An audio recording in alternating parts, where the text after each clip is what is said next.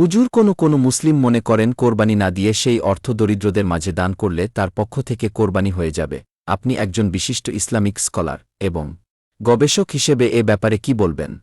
বিসমিল্লাহির রহমানির রহিম। আসসালাতু ওয়াসসালামু আলা সাইয়্যিদিল মুরসালিন ওয়া আলা আলিহি ওয়া আসহাবিহি আজমাইন। সামর্থ্য থাকা সত্ত্বেও কোরবানি না দিয়ে সেই সমপরিমাণ অর্থ দরিদ্রদের মাঝে দান করলে কোরবানি আদায় হবে না। কোরবানির বদলে শুধু অর্থ দান করা শরীয়তে গ্রহণযোগ্য বিকল্প নয়।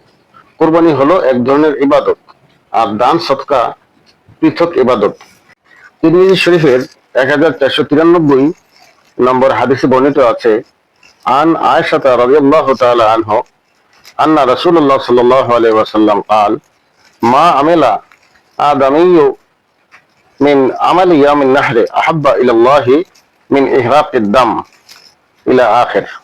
অর্থাৎ নবীজি সাল্লাল্লাহু আলাইহি ওয়াসাল্লাম বলেন, আল্লাহর কাছে কুরবানির দিনগুলোতে যেমন 10, 11, 12 জিলহজ তারিখে কুরবানির চেয়ে বেশি পছন্দের কোনো আমল নেই।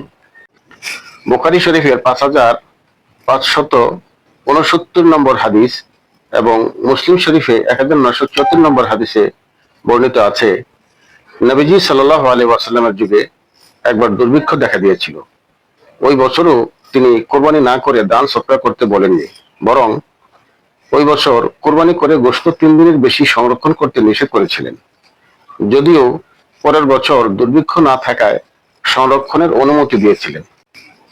সূরা কাউসারের 2 নম্বর আয়াতে মহান আল্লাহ রাব্বুল আলামিন বলেন, ফাসাল্লি লিরাব্বিকা ওয়ানহার। কাজেই আপনি আপনার রবের উদ্দেশ্যে নামাজ পড়ুন এবং কুরবানি করুন।